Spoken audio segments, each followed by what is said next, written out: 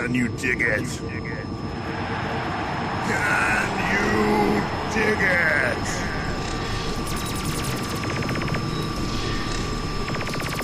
Ladies, gentlemen, friends, foes, lurkers, regulars, GMO people, organic people.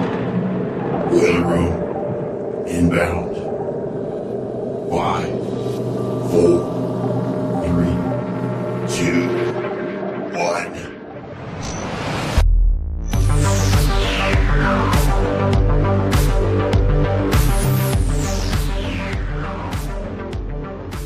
All right. Hey, welcome to the Boiler Room. I'm your host. My call sign is Hesher. Thank you for joining us for this live stream tonight. It is November the 7th, 2024. The election cycle is now behind us, believe it or not. Only, 48 hours pretty much after the event. And we have even mainstream leftist media calling Donald Trump the president-elect. So, wow, here we are. We did a special stream on Tuesday night for the event, and my goodness, we closed the show down after 3 hours, feeling like it was pretty much in the bag, and figured wouldn't hear them say it's in the bag until we woke up. But no, it happened around 2 a.m., 2:30 Eastern time, and Trump came out, did a speech, and that was that. And here we are off onto whatever the new path, the new adventure, the new old, the old is the new is the old. I don't know. But a lot of promises have been made at this point, and well, it's going to be really interesting. Power politics is about to get a lot more interesting than it has been in the last 4 years. So, thanks for joining us. We're streaming live on YouTube, Rumble, Rockfin, Spreaker, X.com, and it'll go out to even more platforms after the live show. So if you're out there on any of those platforms, thanks for being with us here for the live show. Don't forget to hit the subscribe buttons and all that good stuff.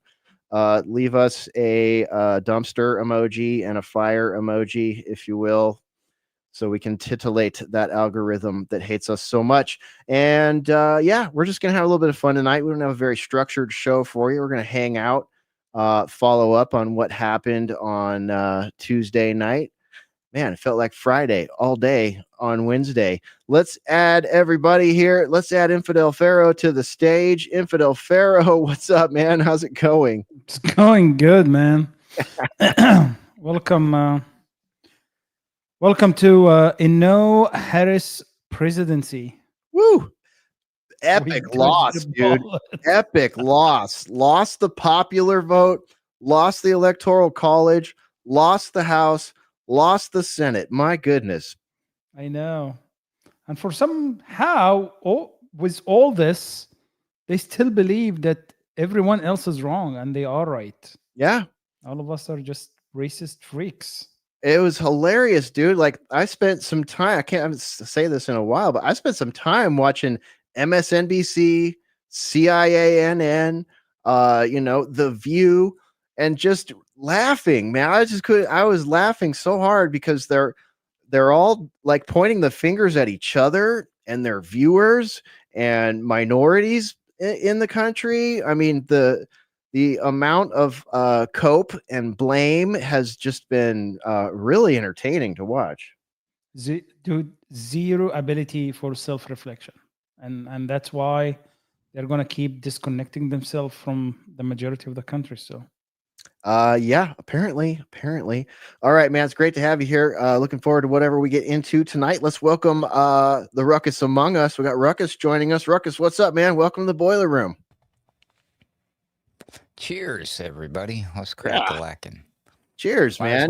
Might as well celebrate the end of America, because I'm just crying my liberal tears over here. I'm a liberal. You guys didn't know this. I was a closet Kamala supporter, so I'm extremely saddened by the news. I'm not crying right now because I completely ran out of tears. I'm just drunk off my ass now, just hitting the bottle hard. I'm smoking big fat cigars. I got to cope somehow. I decided I'm going to close my legs in protest, all that fun stuff. But anyways, I do have quite a few concerns about the next Trump presidency. Maybe we'll get into some of that, but I promise you it's not the same concerns that the leftists have. That's for damn sure. But anyways, I am happy. I will say this, okay? We can crack open. Let's celebrate Bitcoin, crypto. Holy crap, the markets are through the roof. So congratulations to the crypto holders. Congratulations to the investors. It's going to be a fun time for a little while, and then it's probably going to get rough. And it's probably going to be a fun time this evening. So thanks for having me. Yeah, man. Yeah, absolutely. Out with your liberal hopium and in with your liberal copium, I guess. All right. Let's welcome the one and only very lovely keeper of all things whiskey, Tango Foxtrot on the interwebs. Lovely Spore. Welcome to the boiler room. How you doing? Man, you know what? I'm actually really happy to be here. I'm always happy to be here. And I know I've been ducking out a lot lately. And man, I want to tell everybody out there, the listeners, the people that talk to me on the reg, that it's nothing against you guys or anything like that. It's just been kind of, dealing with some tough times and also like just not feeling like super amped to look at the news or the socials. And so I have been kind of laying low lately, but this is my home here with you guys. I love you guys, and I hope to have my camera on again next week. And I'm showing up here today because on Tuesday. Was that a toilet sound or an icebreaker sound? Well, I mean, I could update it to the toilet if you want, but no, that was go ahead. I was, kind of avoiding the socials and just kind of actually I was very apprehensive about what was gonna happen with the election, and I didn't want to like sit around and watch the polls, and I had other things I had to take care of. And when I got back to my time with Hesher that evening, it was actually right after like it had been called, and I got to watch Trump's speech, and it was a total shocker to me. And I'm not I'm a nonpartisan sort of person, so I wasn't like voting one way or another, but I'm kind of like that person on the sidelines in the bleachers that's like, okay, I'm going for this team. And I couldn't believe it. I could not believe the red wave that happened. I went to sleep after watching his speech, which I thought was fucking brilliant. Like, just he was so solid and unstumbly, and I don't know, I was really impressed and shocked. And then, yesterday happened where it kind of like settled in, and Hesher and I went out and we did some errands, and we spoke to some local people that have like, regular working people jobs that are in town, grocery store people and people that are servers and things like that. And it was like there was everybody felt like just they were so outspoken about how excited they were about what just happened, because I guess Trump has really spoken to the average people, like not average, I hate to say that word, like they're average, but there are smart people out there that know that these policies that he's been talking about, like things that affect their tips or their wages, things like that, really feel like he's the hope. And of course, we're going to see what happens, but I thought it was pretty amazing. So I'm here, I'm excited because I'm shocked, and it does give me hope, even though, I'm sure I can see Ruckus smirking over there. I'm laughing at Infidels stuff, not you, Spore. Yeah, anyways, Seriously, I look really what he's got on his. All right. No, okay, so I was just saying that I kind of expected like a lot more shenanigans. I mean, Brian and I have both talked to, friends and family that were upset about the results, and they're fearful about what's going to happen because of this election. But I actually felt like I really felt like a sense like America kind of stood together. Whether it's the smartest decision or not, I don't know, but it really felt hey, we are the USA. And we do have a voice, and it was cool to see that a lot of people got out there and made a landslide. Yeah, I talked with Basil Valentine earlier today, and he had Greg Stenstrom on, one of the two authors of Parallel Election, on his show on The Pulse, the currently relaunching TNT entity known as The Pulse, thepulse.today, if you want to check it out. So they're live for a certain number of hours a day, and Basil's one of those shows. And he had Greg on the show, and Greg's great. He's super knowledgeable. And Basil asked him, I thought there was a big steal coming, and Greg, he's got a lot of experience with this, and he said, yeah, it was there. All the same tactics that we saw in 2020 were there, but it was just not enough. So that was pretty interesting. And Spore, to your point, I don't think I got to show you this one yet, but even on CNN, this was said by Scott Jennings to Anderson Cooper and Van Jones and a couple of other regular critters over there. This is a big deal. This isn't backing into the office. This is a mandate to do what you said you were going to do. Get the economy working again for regular working class Americans, fix immigration, try to get crime under control, try to reduce the chaos in the world. This is a mandate from the American people to do that. I think I'm interpreting the results tonight as the revenge of just the regular old working class American, the anonymous American who has been crushed, insulted, condescended to. They're not garbage. They're not Nazis. They're just regular people who get up and go to work every day and are trying to make a better life for their kids. And they feel like they have been told to just shut up when they have complained about the things that are hurting them in their own lives. I also feel like this election, as we sit here and pour over this tonight, is something of an indictment of the political information complex. I mean, we've been sitting around here for the last couple of weeks, and the story that was portrayed was not true. I mean, we were told Puerto Rico was going to change the election. Liz Cheney, Nikki Haley voters, women lying to their husbands. Before that, it was Tim Walz and the camo hats. Night after night after night, we were told all these things and gimmicks were going to somehow push Harris over the line. And we were just ignoring the fundamentals. Inflation, people feeling like that they were barely able to tread water at best. That was the fundamentals of the election. And so I think that both parties should always look at the results of an election and figure out what went right and what went wrong. But I think for all of us who cover elections and talk about elections and do this on a day-to-day basis, we have to figure out how to understand, talk to, and listen to the half of the country that rose up tonight and said, we've had enough. This is yeah.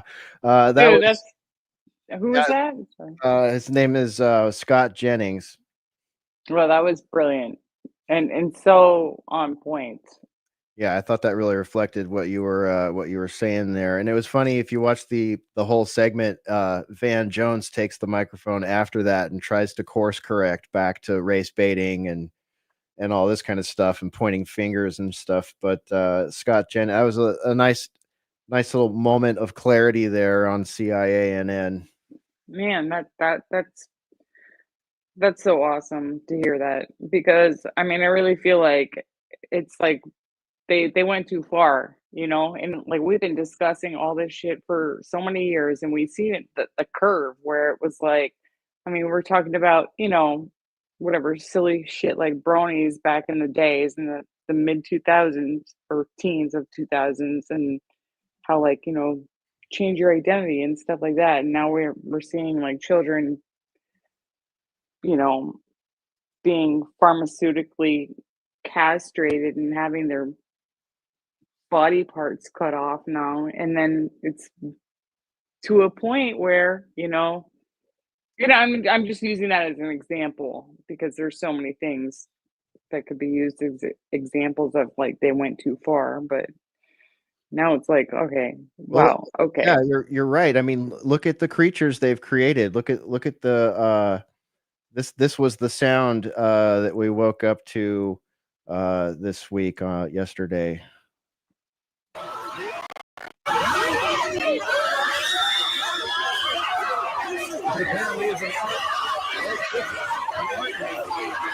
Okay, enough of that.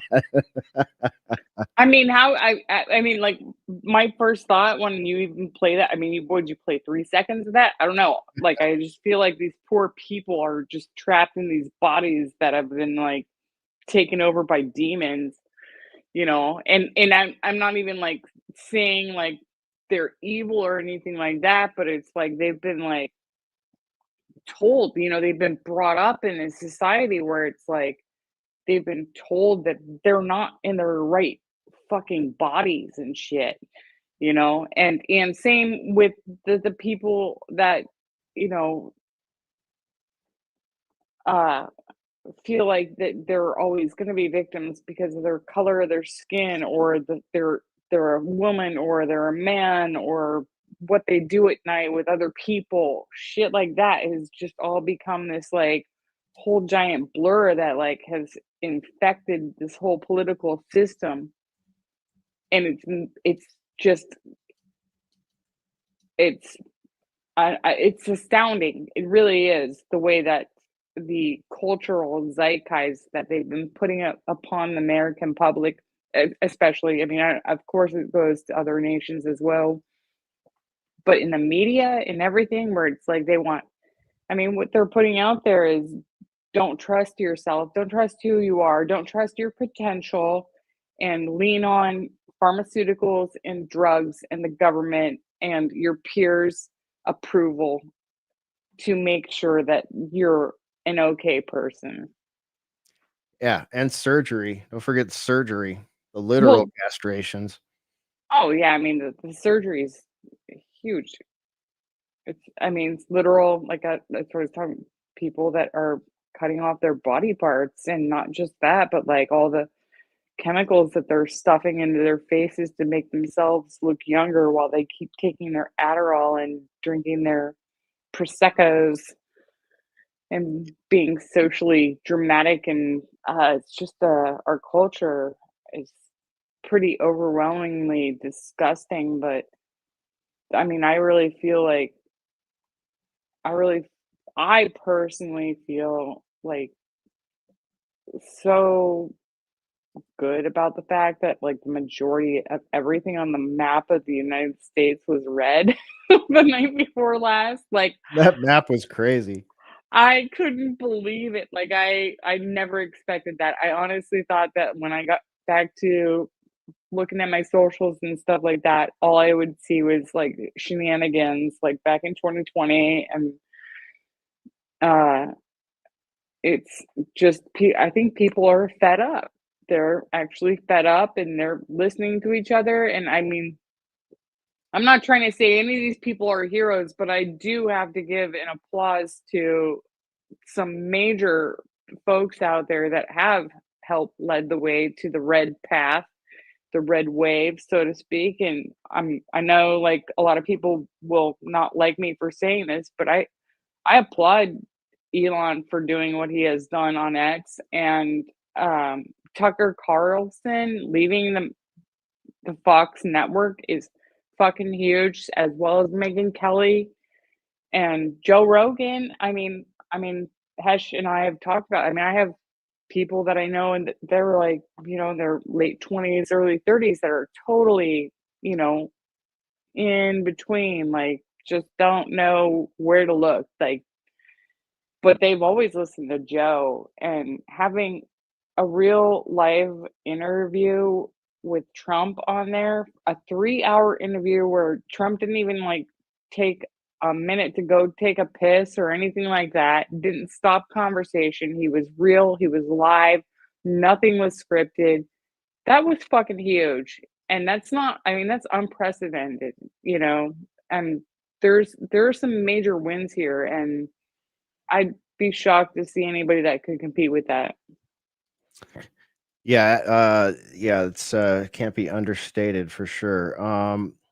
Let me show you guys this one too. Thank you, Spore. I appreciate that. Michael Schellenberger had some interesting thoughts also. Across the United States, people who voted for Kamala Harris are reacting with shock, sadness, and anger at the election results.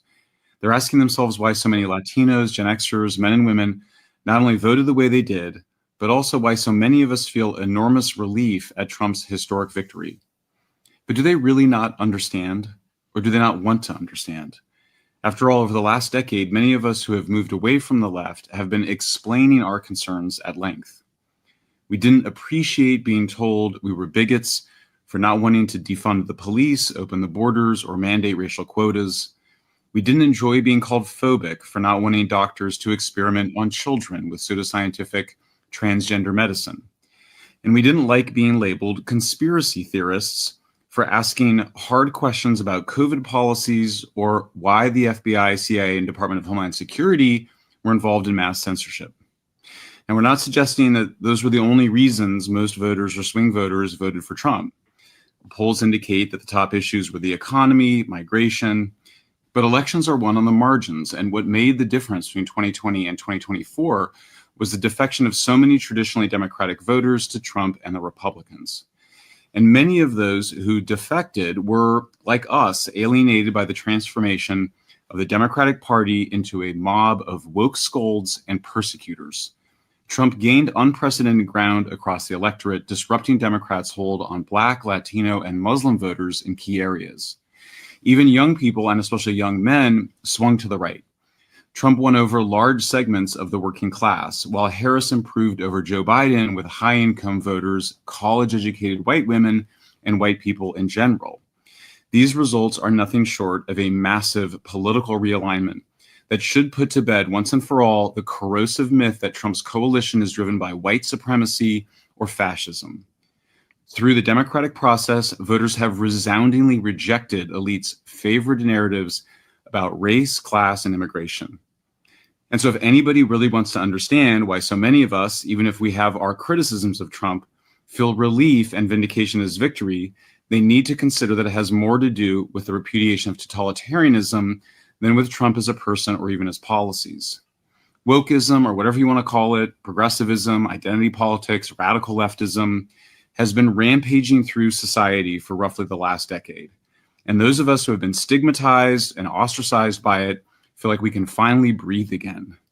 What we're experiencing is known as catharsis, which comes from the Greek word for cleanse or purge. In Greek tragedy, the audience experiences catharsis when it feels a release of negative emotions and a sense of renewal. Many of us who have felt persecuted for our views, even in small ways, such as not feeling comfortable expressing our true feelings with friends and family, we now feel freer to speak our minds. After all, the majority is with us. Our views are normal, mainstream, and common sense. As Democrats weaponize the government and justice system, attempting to keep Trump off the ballot and put him in prison, we identified not with Trump, the Republican, or the businessman, or the former president even, but rather with Trump, the wrongly accused. At bottom, he was being persecuted by the same totalitarian forces that had been rampaging through society for a decade. Sometime between Occupy Wall Street in 2011 and the first Black Lives Matter protests in 2013, seemingly normal liberals and Democrats started to lose their minds. Everything became racist. Everything became suspicious. Nothing was more suspicious than not agreeing 100% with the official woke Democratic agenda. Trump's election put wokeism on steroids. Suddenly, a word that in the past only extreme radical leftists had used to describe a Republican president, fascist, was now being used by very serious people like the New York Times columnists, establishment Democrats, and the previously sober foreign policy establishment.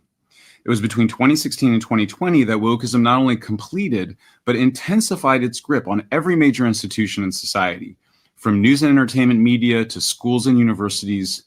These institutions encouraged and participated in the mass condemnation and cancellation of heretics, which became known as the Great Awakening and was really a new witch hunt.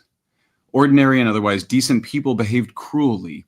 They accused people they had known for years or decades of bigotry or racism, or of wanting to genocide trans people, or wanting millions to die from COVID.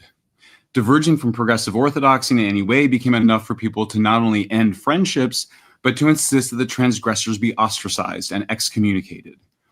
Those who had made a great show of being courageously open-minded and tolerant became intolerant, incurious, and cowardly. We were asked to pretend that the people carrying the pitchforks and torches to go witch hunting were in fact well-intentioned and just cared a lot more than the rest of us. They didn't. Behind the totalitarianism were individuals who had given into base motives like hedonism, envy, dogmatism, self-righteousness, prejudice, snobbery, psychopathy, and even sadism. There are many underlying causes of the totalitarian Great Awakening. The growing distance between educated elites and working people, the rise of narcissism, psychopathy, and other cluster B personality traits like entitlement and grandiosity, the ways in which the social media dehumanizes people and normalizes behaviors that would seem psychopathic in real life, the anxiety induced by social media's fishbowl effect, where our natural fears of social disapproval are magnified to a degree we were never evolved for, the counter-populist reaction from the deep state foreign policy establishment to a populist American president and populist uprisings around the world, the list goes on. Fully excavating the causes of the derangement of the last decade requires a book-length treatment, which we are dutifully working on right now. The good news is that we're already on the downward slope, moving away from peak woke. If one had to find the moment where the lies were at their greatest power, it might have been during the summer of 2020, when the public health experts who had demanded that we shut down the schools said it would be immoral not to join Black Lives Matter protesters in physical real-world events that were no different from the super spreader events they had just a few weeks earlier demanded people be arrested for attending. Peak censorship came less than 2 years later, when former President Barack Obama gave a Stanford University speech urging government regulation of social media platforms. The bad news is that much of the censorship industrial complex remains in place. Few of the abuses of power over the last 8 years have been fully investigated, and wokeism remains entrenched in every major societal institution. The good news is, across the United States, people who voted for Kamala Harris are reacting with shock, sadness, and anger at the election results. They're asking themselves why so many Latinos, Gen Xers, men and women not only voted the way they did, but also why so many of us feel enormous relief at Trump's historic victory. But do they really not understand, or do they not want to understand? After all, over the last decade, many of us who have moved away from the left have been explaining our concerns at length. We didn't appreciate being told we were bigots for not wanting to defund the police, open the borders, or mandate racial quotas.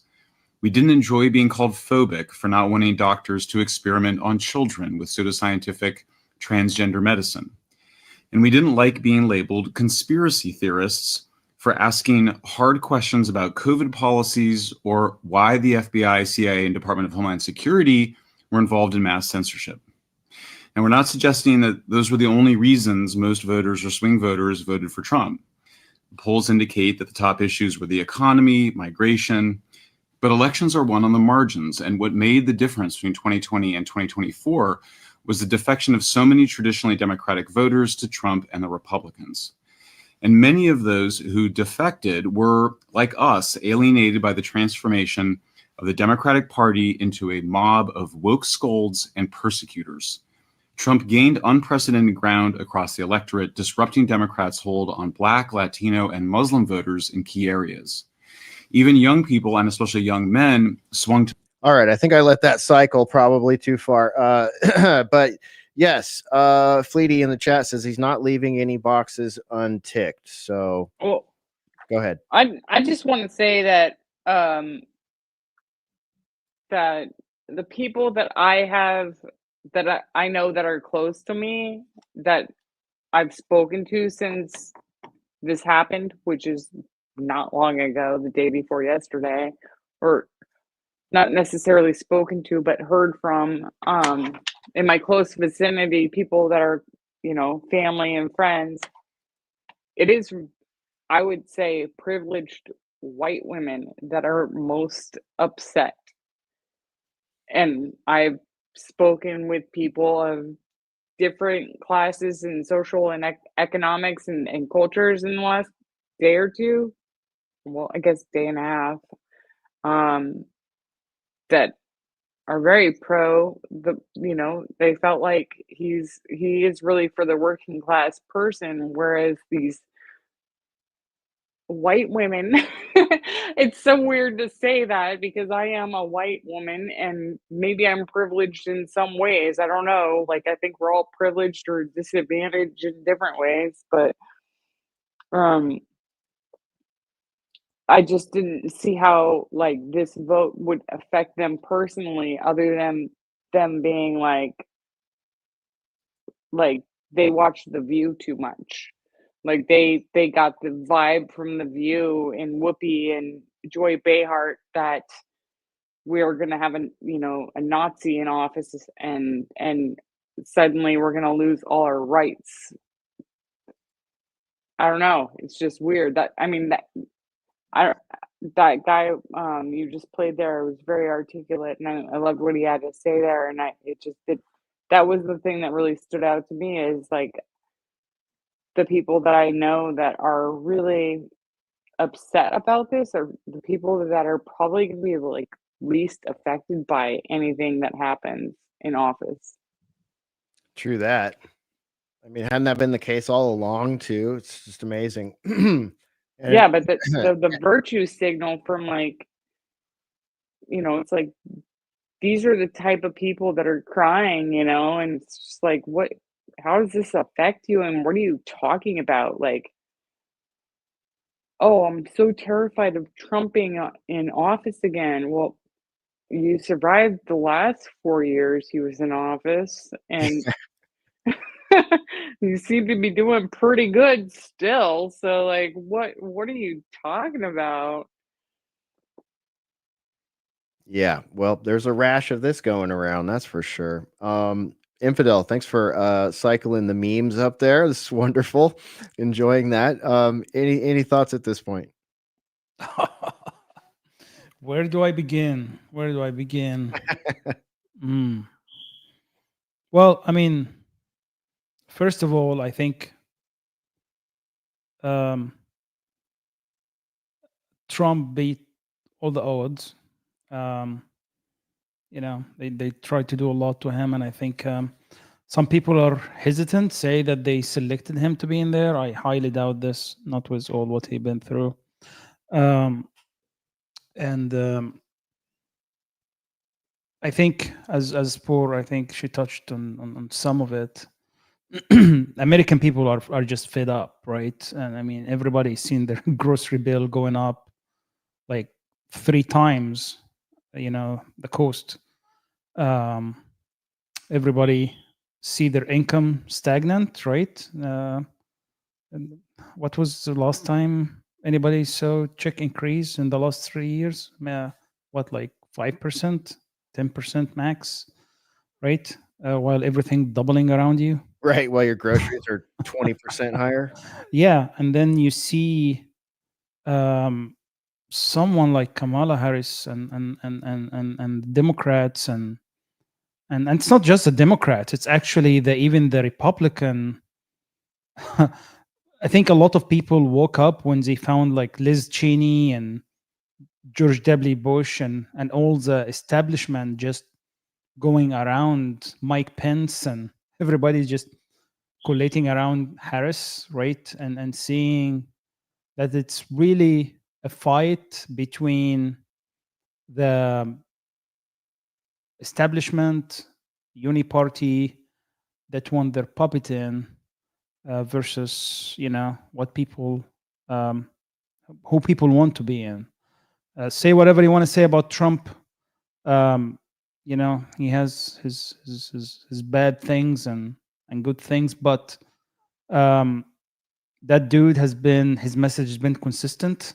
If you see his economical message since the 80s, It's actually been consistent. He's always been talking about tariffs. He's always been talking about immigration. He's been always talking about anti-war, right?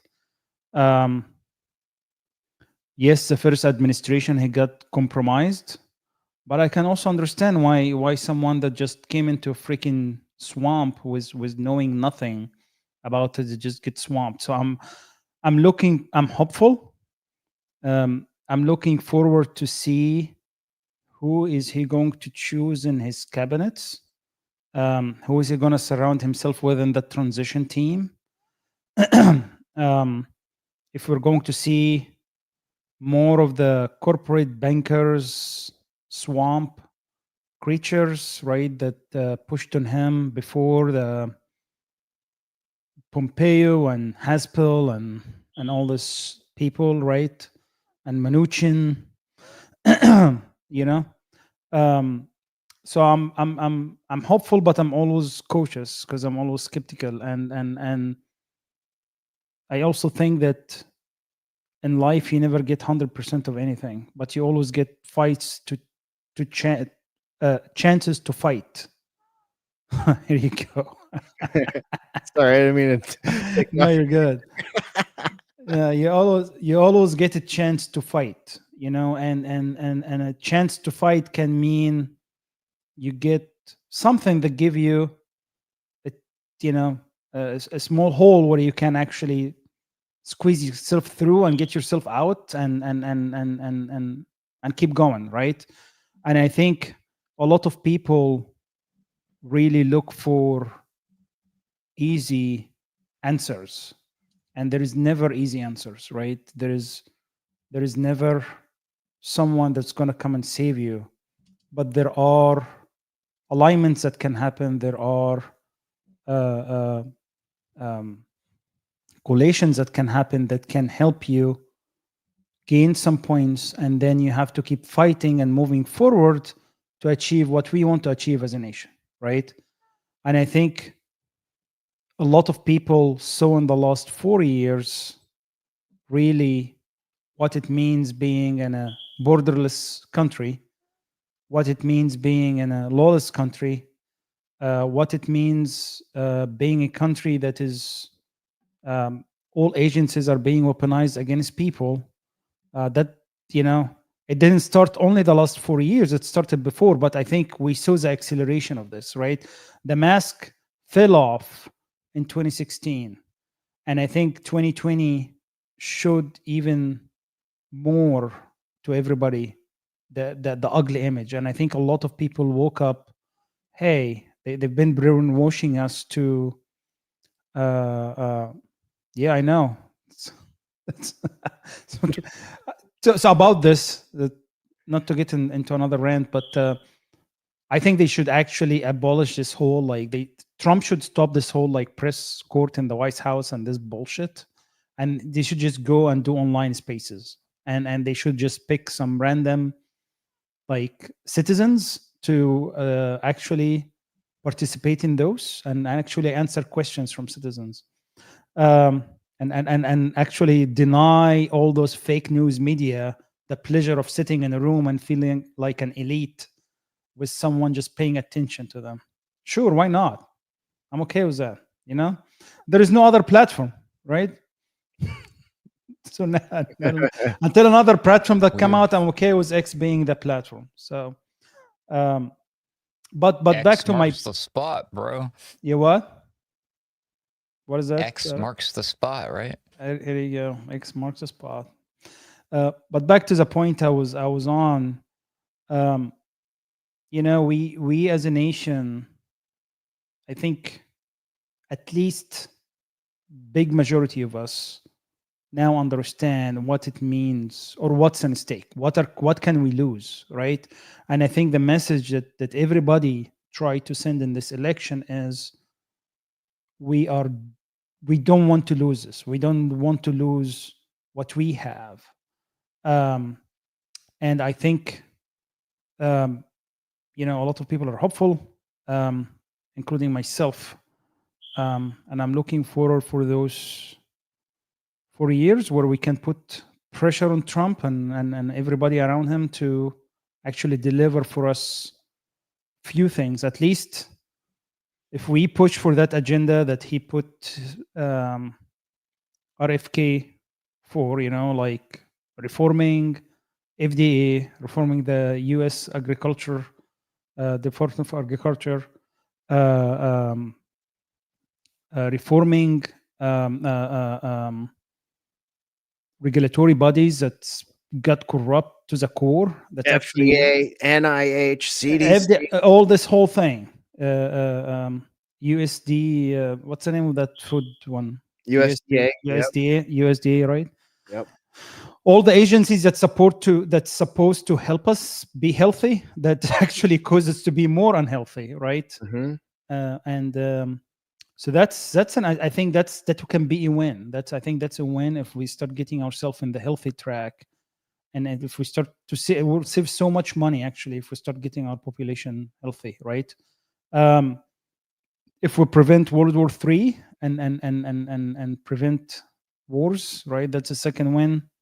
And from my perspective, the third thing and the biggest thing is really immigration. I think, and I'm looking forward to see his actions to not just address the border. I'm sure he can close the borders, but actually how to deal with illegals that are already in the nation, right? And then the last piece is, of course, the economical piece of it, right? And I do believe like his policies of protectionism is what we need right now. I think we need, as a nation, we need to start. People forgot that America used to produce everything in America, right? Before we start like shipping manufacturing, we used to produce buttons in the US. We used to produce everything, right? Before globalism took over and we deindustrialized ourselves and we became dependent on cheap shit that just gets imported to us. And I think with his protectionist policies that has been saying this since the 80s, I think there is I'm a big opponent. I'm a big believer in this, and I think that's going to help us moving forward economically. And that's the end of my rant. All right. Yeah. Well, he's made some big promises to the nation, and every single thing that you mentioned in there are among them. So he's got a lot of things that the upcoming administration could, should, and better make good on, because we're certainly going to be keeping an eye on it. And of course, we could also say that we hope the Zio factor is toned down, but we know that's probably an ask that's too big. But I mean, any sort of de-escalation at this point would be welcomed. I'm not expecting the Zio aspect to tone down, right? Because I think, but what I'm expecting, and I don't believe that Trump will do anything that would hurt US. So if it's a win that he can give to someone just to get something out of it, he would do that, right?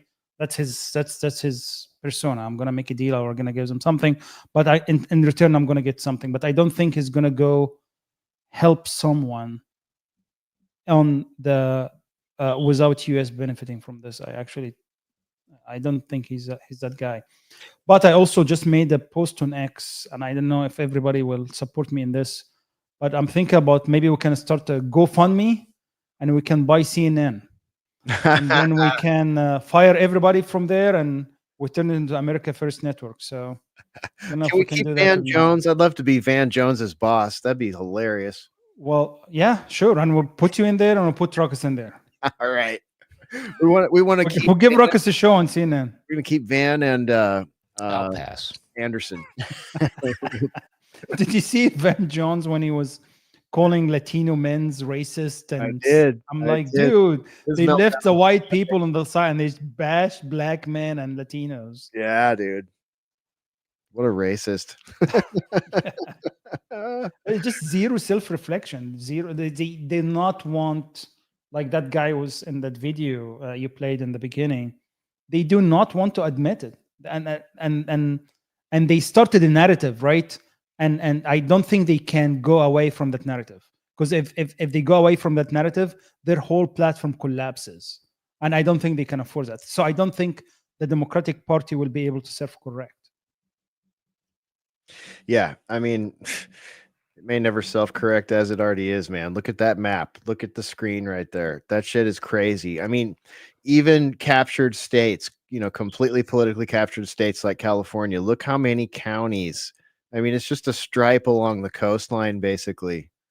Yeah, I was really actually pretty happy with California. Like the whole east side of California just went to Trump. Yeah, yep, pretty much. What is that blue piece on the side, on the east side? Man, I don't know. I'm trying to figure out what county that is, or if it's just Lake Tahoe.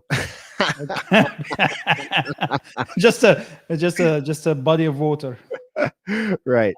I think this county that Spore and I lived in is right next to that too. You can't miss it. It's the only one shaped like a gun. There you go. That one definitely probably went red. Yeah. All right. Okay, cool. Yeah, well summed up there, Infidel. Ruckus, what about you, man? Any post-election thoughts at this point, or thoughts on what's been gone over so far? Well, I'm ready to just play the world's biggest devil's advocate here. Well, that's what you do. Give us it, man. What do you got? This is not what I always do. Okay, this is unique for me. It's just, yeah, I don't know, because I'm doing a lot of research into this InfoWars series, and I got to tell you, and I have a new one hopefully coming out tomorrow, and maybe, a lot of, like, I don't want to give away too much, but I for the longest time, I don't trust Trump. I don't trust Elon Musk, and I certainly I've got a really, really bad feeling about all of this. But I mean, I predicted, now granted, Spore called me out earlier. I don't know if we were live yet or not about my prediction with RFK Jr. That was one of my predictions, but one of my long running serious predictions where I was maintaining this prediction and sticking to it with TNT was the fact that Trump was being made to look like all the odds are stacked against him and that he's the underdog. And I felt strongly, and I know I had mentioned it here also in the Boiler Room, but not as many times as I did on TNT. So listeners at TNT know what I'm talking about. That Trump, it's a setup, it's a trap. That Trump was made to look like he was going to fail, and he wasn't, and that was just so that he would get like the most amount. I mean, look at that map. Look at that freaking map. Have we seen a map like that ever? No. So I think the only way that happened is because that the people who were on the fence went out and voted because they're like, oh, this is really unfair what they're doing to Trump. That's a very, very powerful and strong emotion in marketing and everything. So I really felt strongly that they were going to do that. So that's why. But now if that's true, let's just go with that assumption, which I'm 99% sure that's what they did here, people. Why? What the F is it that they are going to do to us that the proverbial they feel like only they could get away with under Trump? And that scares the absolute shit out of me, to be honest with you. All things considered, what they've I mean, like already under Trump, he warp speeded the vaccines, everybody. But anyways, it's less about Trump than who's behind Trump and what's behind me here.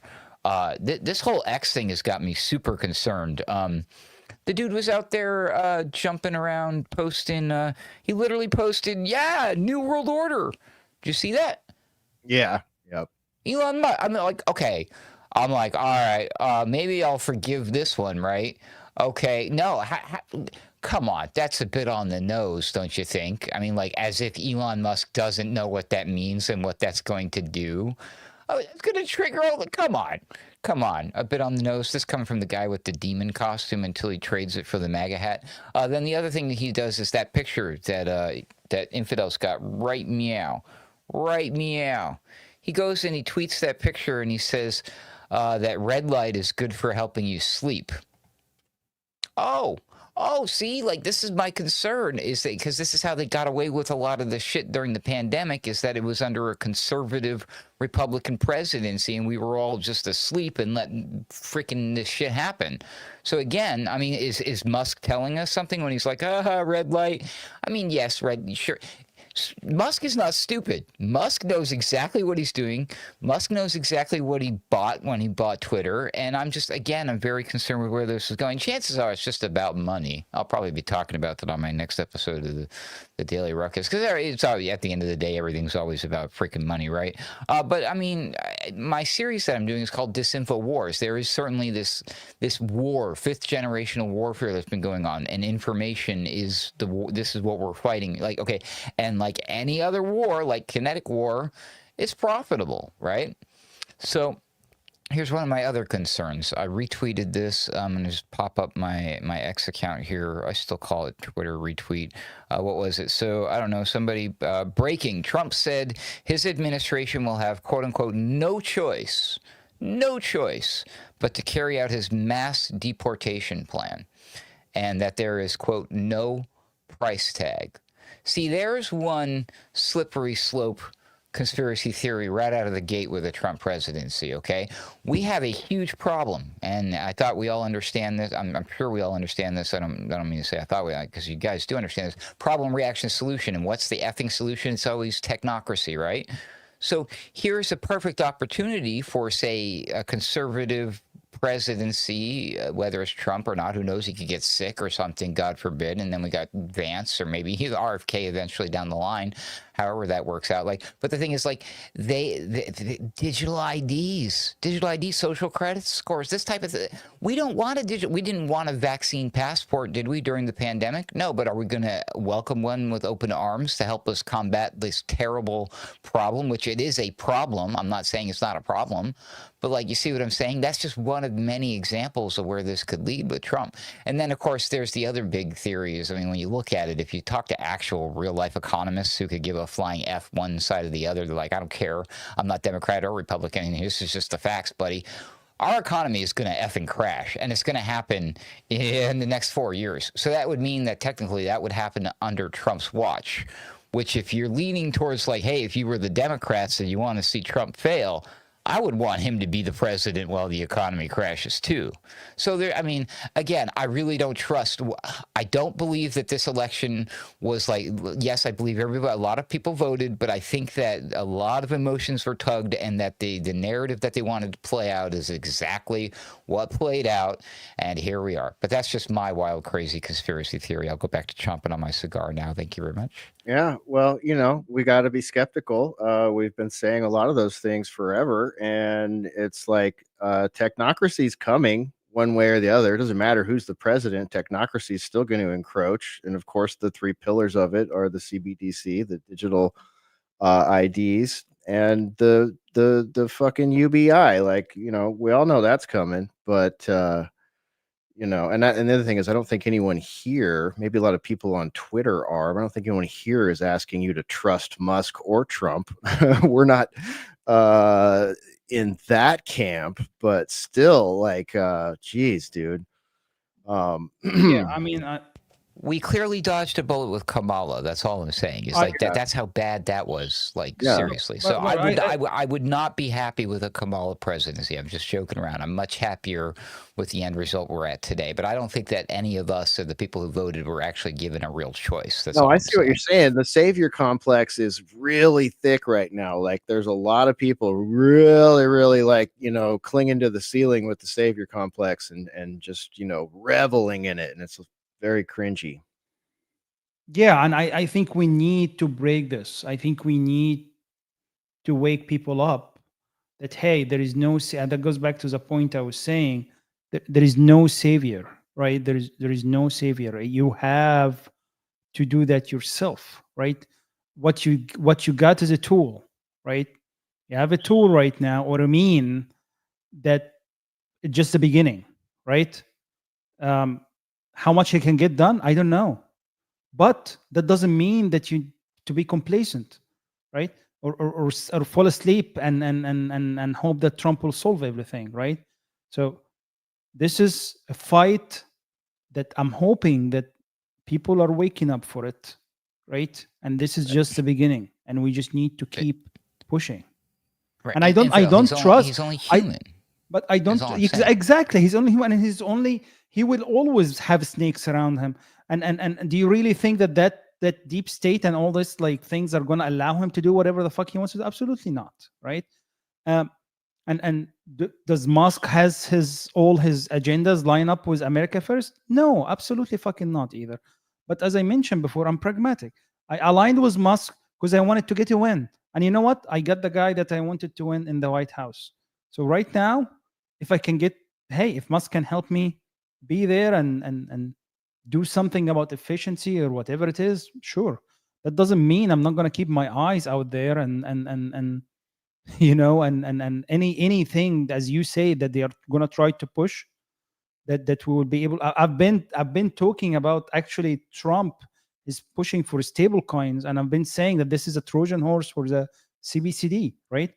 It's actually worse because it's going to give you a crypto controlled by basically still financial institution behind it, right?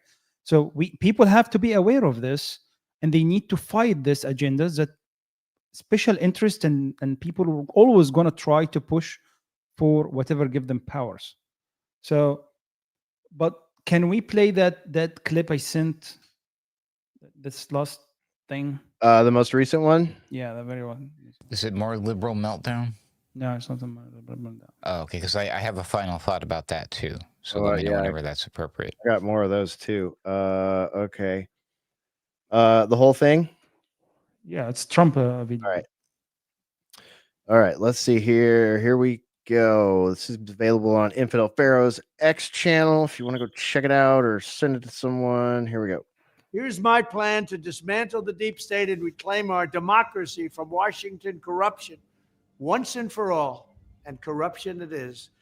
First, I will immediately reissue my 2020 executive order restoring the president's authority to remove rogue bureaucrats, and I will wield that power very aggressively. Second, we will clean out all of the corrupt actors in our national security and intelligence apparatus, and there are plenty of them. The departments and agencies that have been weaponized will be completely overhauled so that faceless bureaucrats will never again be able to target and persecute conservatives, Christians, or the left's political enemies, which they're doing now at a level that nobody can believe even possible. Third, we will totally reform FISA courts, which are so corrupt that the judges seemingly do not care when they are lied to in warrant applications. So many judges have seen so many applications that they know were wrong, or at least they must have known. They do nothing about it. They're lied to. Fourth, to expose the hoaxes and abuses of power that have been tearing our country apart, we will establish a Truth and Reconciliation Commission to declassify and publish all documents on deep state spying, censorship, and corruption. And there are plenty of them. Fifth, we will launch a major crackdown on government leakers who collude with the fake news to deliberately weave false narratives and to subvert our government and our democracy. When possible, we will press criminal charges. Sixth, we will make every inspector general's office independent and physically separated from the departments they oversee so they do not become the protectors of the deep state. Seventh, I will ask Congress to establish an independent auditing system to continually monitor our intelligence agencies to ensure they are not spying on our citizens or running disinformation campaigns against the American people, or that they are not spying on someone's campaign like they spied on my campaign.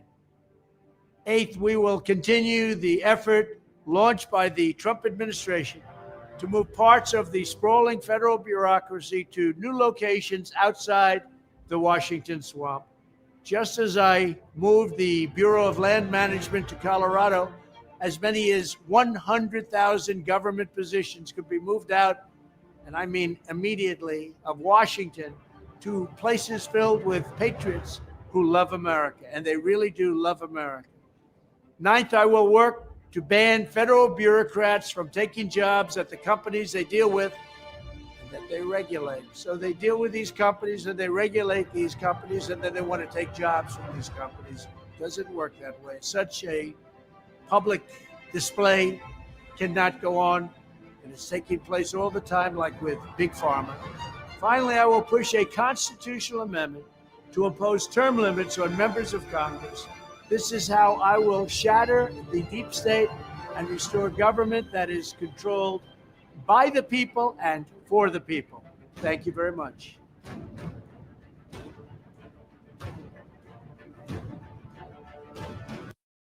How about that music? Thank you. Thank you very much. Thank you. No, I mean, if we got few of those, I'm happy. Yeah, For I this can't. No one can complain about much of that. He didn't say it in there, but he said he was going to fire Gary Gensler from the SEC too. Nice. What's the deal with him? The SEC has been unfairly targeting with bogus lawfare lawsuits many cryptocurrency projects. And they might talk is already that they are going to replace them with very pro-crypto friendly people. So again, you know, there's gonna be a lot of focus on this regulation of crypto and stable coins, as you said, which is the backdoor into the CBD stuff. And yeah, it's all dangerous shit. When BlackRock is gobbling up like massive amounts of Bitcoin, and then all of a sudden Trump is like, you know what? I've been saying for years how Bitcoin sucks, but now I'm a big fan. I'm like, hello. He's at the Bitcoin Warning. convention. Danger. I know. Yeah. I never trusted Bitcoin, dude. Well, a lot of people you would are be trusting this Bitcoin week right now if for you bought some Bitcoin. at any point before like today. I should have. Yeah, I know. Yep. I was like, just yesterday I was looking at, because like one of my favorite ones is Cardano, ADA Gang, hashtag ADA Gang. And I was looking at it, I'm like, is 33 cents for ADA a good buy right now? Man, you know, maybe I should scrounge together a little extra cash and buy some extra Cardano just for the F of it, right? And then sure enough, today, it's already up like by 15%, 24 hours from when I said I was going to do that, and I didn't. Figures. Yeah, that's how that goes. Yeah. Bull run has started, folks. Not financial advice. Yeah, it's all moving very fast right now. Yeah, no, this is just the beginning, people. So if this is, I mean, just looking at the way this has gone before, like this is just the start. I mean, I know it sounds crazy that Bitcoin is what, $76,000 right now, but yeah, this time next year it'll be like $500,000 or some shit. Watch, it's crazy. Yep. Yeah, it's on the up for sure. It happens fast. Okay, let's see here. Is it meltdown collage time? I mean, anything else? Yeah, let's do it. Let's see Ruckus first. Do you want to go with what you said you wanted to say something about? Mine is actually, I wanted to share what Cavi had shared earlier in the general chat about what could be that explains. Actually, you know what? It might be better to do this first, Hesher, now that I think about it. Yeah, go for it. What do we got? This makes more sense. Okay, so I got to find it because I tagged you, and then that will link me that's to what that red the bubble screenshot. is. Yeah, sorry about that. There it is. I found it. It was just a screenshot that Cavi shared. Shout out to Cavi. All right, so assuming I don't have like an issue with my audio, this is something that he shared from somewhere, but it says, I think I finally understand the mentality behind liberal TikTok breakdowns, which serve nothing except our entertainment, so why do them? It's the same over-dramatization we saw during COVID. Imagine you invited your friends hunting. One guy shows up in full predator hunting gear, Bowie knife and an ankle holster, bandana, camo paint, carrying an M16. You're in an orange token carrying a 15-pack. What the fuck are you wearing, Gary? Well, I've been waiting for this my whole life. Gary thinks he's in a movie. Gary is an accountant. Yes. Gary thinks that he just daydreams all day. There's a massive gap between what hunting actually is and the opportunity for heroism, Gary thinks it is. These aren't just performative signaling. Some long COVID hags are still at it, long past it, giving them any social attention. This is their chance to stand up against fascism, to be Katniss or Hermione. The sad truth is, if Gary actually knew for real there was an actual predator, he'd find an excuse to stay home. If these women actually thought that they'd be detained or sanctioned, they wouldn't say a peep. They are play acting in the gap between reality and fiction, and on some level, they know it. And that last part's interesting to me because if that's true and on some level they know it, then they're participating in a little thing called disinformation. Anyways, I thought that was fun. Yeah. Yeah, that's good stuff. Shout out to Coffee. Make sure you're watching and listening to the Mystical American Patriot Society. Go to alternate current radio. I may say it wrong. It's Kathy. It's like Kathy Yeah. with a V. Kathy. Yeah, There we go. Got it. Right. Okay. Kathy was a C like Kamala? No, like with a No, K. with a K. Oh, it was a K. Like okay. Kamala. Yeah, like Wait, Kamala. you're funny. I see what you did there. That was pretty good. All right. Here we go. Liberal meltdown montage, right? Here we go. Who do we have first here? Let's see. Oh, yes. This might be a good one.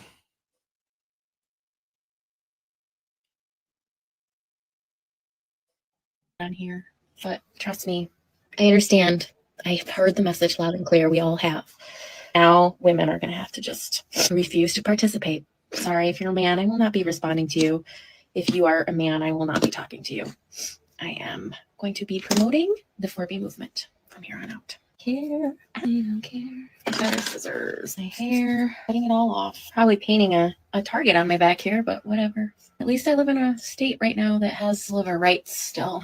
And we voted out Brandon Williams. Fuck that guy. Back to Texas from whence he came. We also voted yes on Prop 1, which will codify into law some equal right protections in the New York State Constitution. So we did that at least. I don't know what the other fuckers are doing, but I don't know, man. We are embarrassing on the world stage. Oh, God. Oh, my goodness. Seriously? So she's attacking her own hair with a pair of scissors here and saying she won't ever speak to a man. Okay, all right. I guess that's one style of reaction. Spore, what do you think about that? Does that make any sense to you? Know anybody that's doing this kind of thing? Not sure if we still have Spore. Okay. If you watch that whole clip, she has a set of corded clippers that she can't quite make work on her hair. So that was a fun one. I think that was the first one I saw talking about this 4B movement thing, Infidel. What's 4B stand for? Well, bitches or what? I think it stands for be angry, be as ugly as possible, be unfuckable, and one more. Okay, no, in all seriousness, here, I'll tell you what it is from a true source known as the interwebs. We saw it on the interwebs, so it must be true. The 4B movement is here, and it's showing no signs of slowing down. But what exactly is the 4B movement, and how did it start to gain so much steam? If you've been online in the past 48 hours, you've probably seen a video or two where women in America declare they are joining and taking part in the 4 Bravo movement, especially following the disaster of a presidential election the country just went through, where so many people are scared and unsure for the future of their reproductive rights and bodily autonomy. Let me just cut in here for a moment and point out that isn't it funny that the side that loved the COVIDian cult narrative so much is talking about bodily autonomy again. Wow. So the same people that wanted to push experimental jabs are really upset about bodily autonomy. Okay, noted. Carrying on. Anyways, the 4B movement is more than just an online trend. It's a bold protest for a woman's autonomy that is gaining traction all over TikTok and X right now, born from the need to push back against social pressures, gender-based violence, and restrictive abortion laws. 4B is basically a 4-pronged set of guidelines that women are using as a blueprint for living life on their own terms until their voices are heard and until they're being taken seriously. Thousands are joining in. Why is it called this? Well, here are the 4Bs of the 4B movement. No sex with men. No giving birth. No dating men. And no marriage with men. So there you go. That's your 4B backlash, dude. Yeah, that sounds pretty retarded. Since Trump won, I can say it now. It's pretty retarded. That sounds super retarded. Dude, like seriously, and 54% of white women vote for Trump. Yeah. So I think that's also why they are angry about was women, was other women right now, that they call them like uneducated women. It's such a it's crazy, like, because that's a big portion of the population are so brainwashed, and these guys are not coming back, dude. These guys are just gone. They're completely brainwashed with this agenda, and there is no way out for them. If they have not got red pilled until now, I don't know what can red pill them. Yeah, no, they're probably lost. Probably lost to society. All right, let's keep going. All right, let's see what this young woman has to say. If you Oh yeah, that's a beauty. humanity, clap your hands. If you've lost faith in humanity, and this is your villain origin story, if you've lost faith in humanity, clap your hands.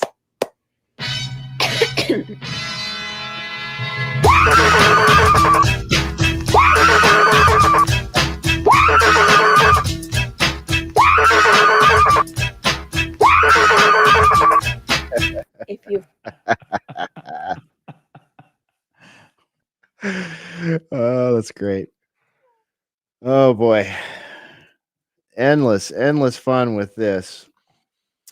Okay, let's see here. Oh, let's go with this looks lovely. This looks just, oh god, I had to watch this like on my side screen while we were getting, I left this up for some reason. I was looking at it for so long. Now I actually get to hear it. Okay, here we go. Feminists plan to weaponize dating apps to get revenge on men who voted for Trump. All right, this sounds good. Oh, where's my audio? Come on here. We got to have audio for this or it won't be any fun. I have decided that my personal revenge for this 2024 election fiasco is to be a menace to men on dating apps. I'm going to re-download probably just Tinder and Hinge and match with every single man. Say I'm down for hookups. Give them a Google Voice number. Talk with them. Say, yeah, I'll come over. Yeah, I'm on my way. Yeah, I'm 5 minutes out. What do you mean? I'm here. Don't you see me? Guess what? I won't be there, and I'm gonna ruin your plans. Anytime you make plans with me, I will lie to you, stand you up, ghost you. I'm just gonna be a menace. Because why not? Men don't like women. I'm gonna start actively practicing misandry.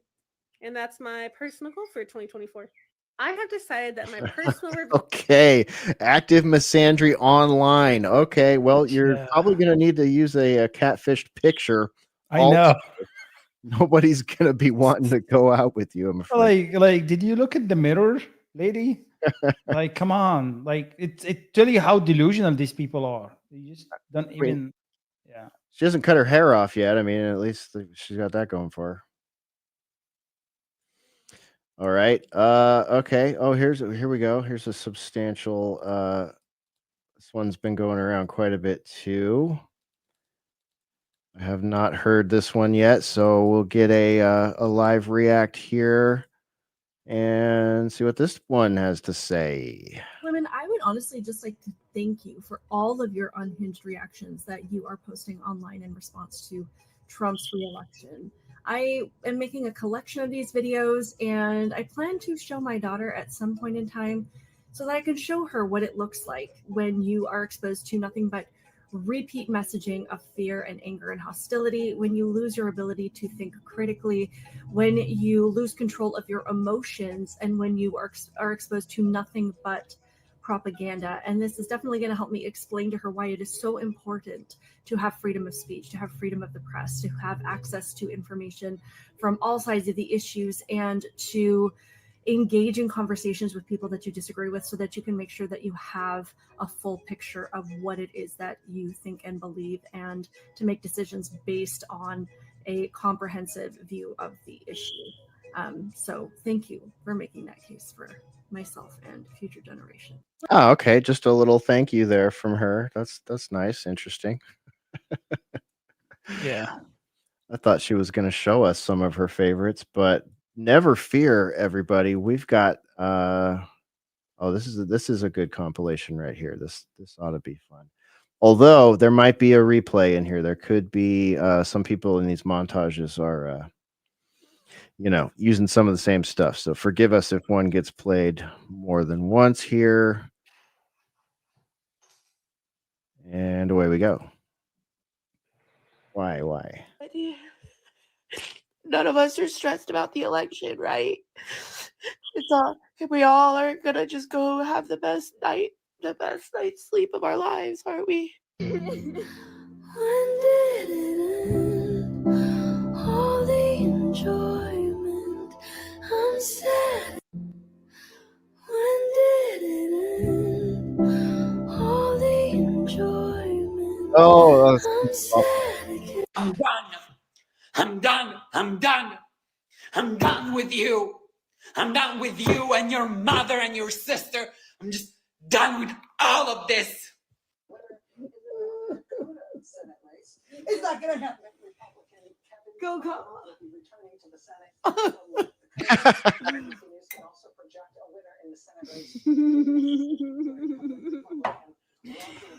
Guys, we literally don't even have to panic. We literally don't have to freak out right now. We don't even have to fucking, we don't have to freak out. We don't have to freak out because it's not even real. Because, bitch, recount the vote! Guys, I just voted, and I chose family. Let's end this reign of terror now. I chose family. I chose women. I chose America. I love you. We're moving on. I'm moving on. We're moving on. I love all of this. Let's do it. Let's do this.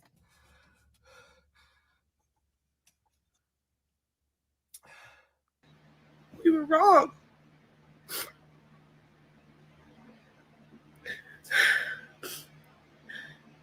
It's an utter betrayal for anybody that is not a cisgendered white Christian. If you voted for that man, if you voted for anybody other than Kamala, and you live in one of the states that it was, close, or if you didn't vote, fuck you. Fuck you. I don't want to hear about how shitty your life gets under his policies.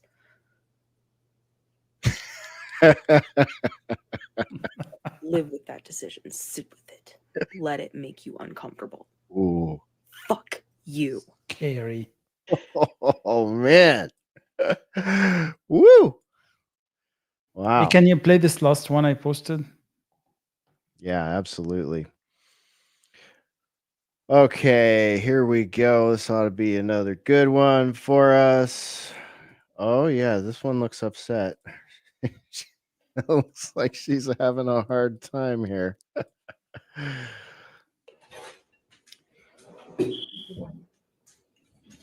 Harris did not win. Who won? Trump. So Take a breath. Yep. So today may look a little different at school. Scaring their They're children. probably going to be Yeah. friends. So disturbing. Have questions, right? God, these poor kids. I'm sure your teachers are going to. Poor kids. I think, we currently are in a country where we get to choose, right? And people have different priorities. They have different values. Some people hear what he has to say and they don't believe him. And some people hear what he has to say and they believe him and they agree with him. So today's your school day is probably going to look pretty normal. Okay. Your teachers are going to do a really great job of, if you have questions throughout the day or if you have big feelings throughout the day. Do you like these? I am sad. I'm very sad. And now you're crying. Like, why do you have to bring kids into this? Why the fuck kids need to worry about politics? This is sick. Yeah. Like, God. Seriously, dude, that's just grim right there. It's very, very upsetting. Mm-hmm. Yeah. Okay. I'm gonna skip this one. And oh, this one was kind of funny. This is a short one.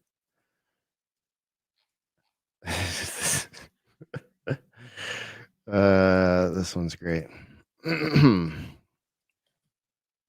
Hope your day gets better.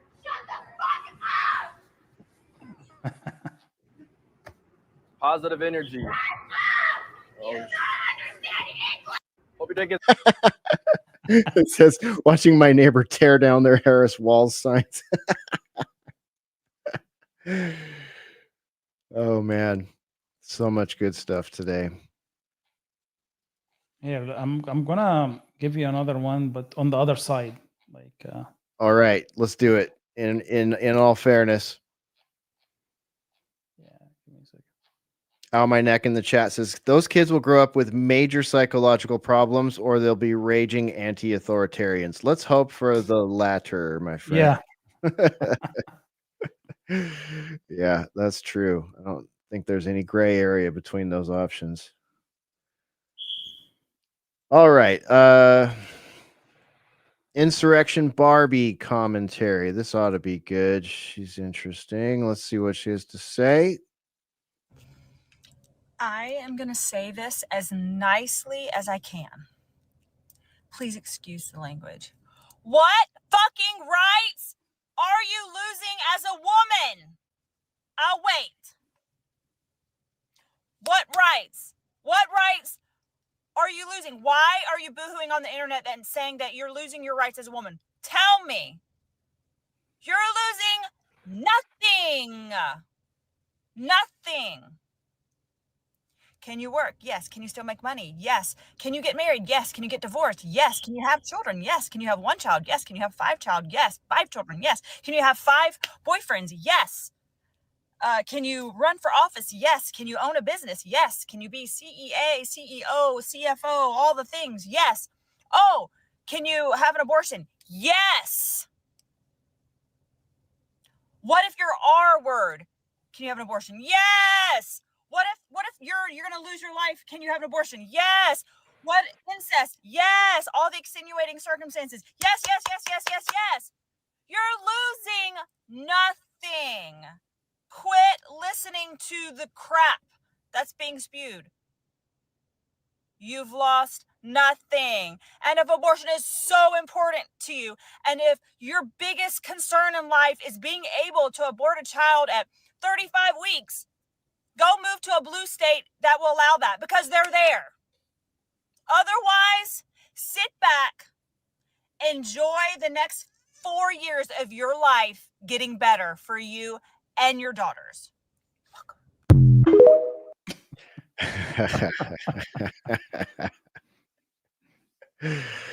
Yep. Word. All right, what else do we got? Oh, I don't know if I can handle any more of these cringy ones. We'll go for okay. We'll feature this one. We'll give Homegirl a feature here. She's gonna shave her head, and it looks like she has the ability to do so without having to get the scissors out. So let's see how she goes about this.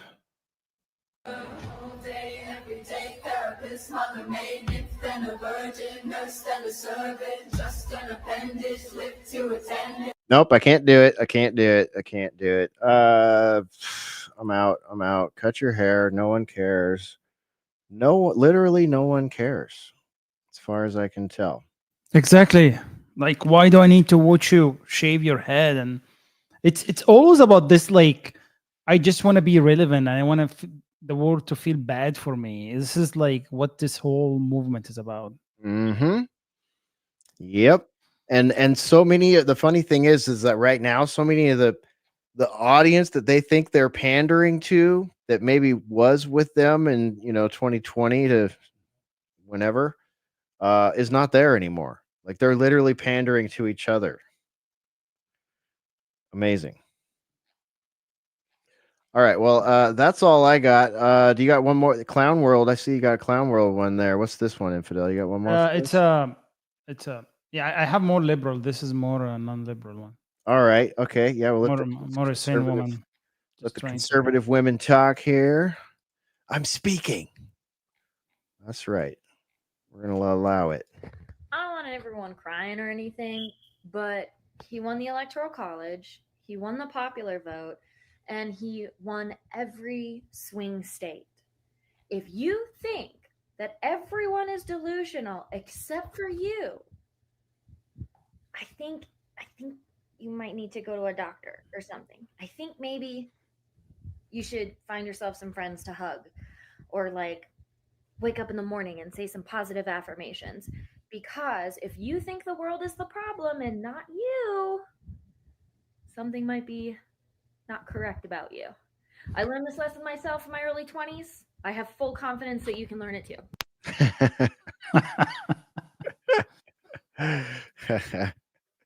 Yeah. So, what do you think is going to happen to Europe? Man, I don't know.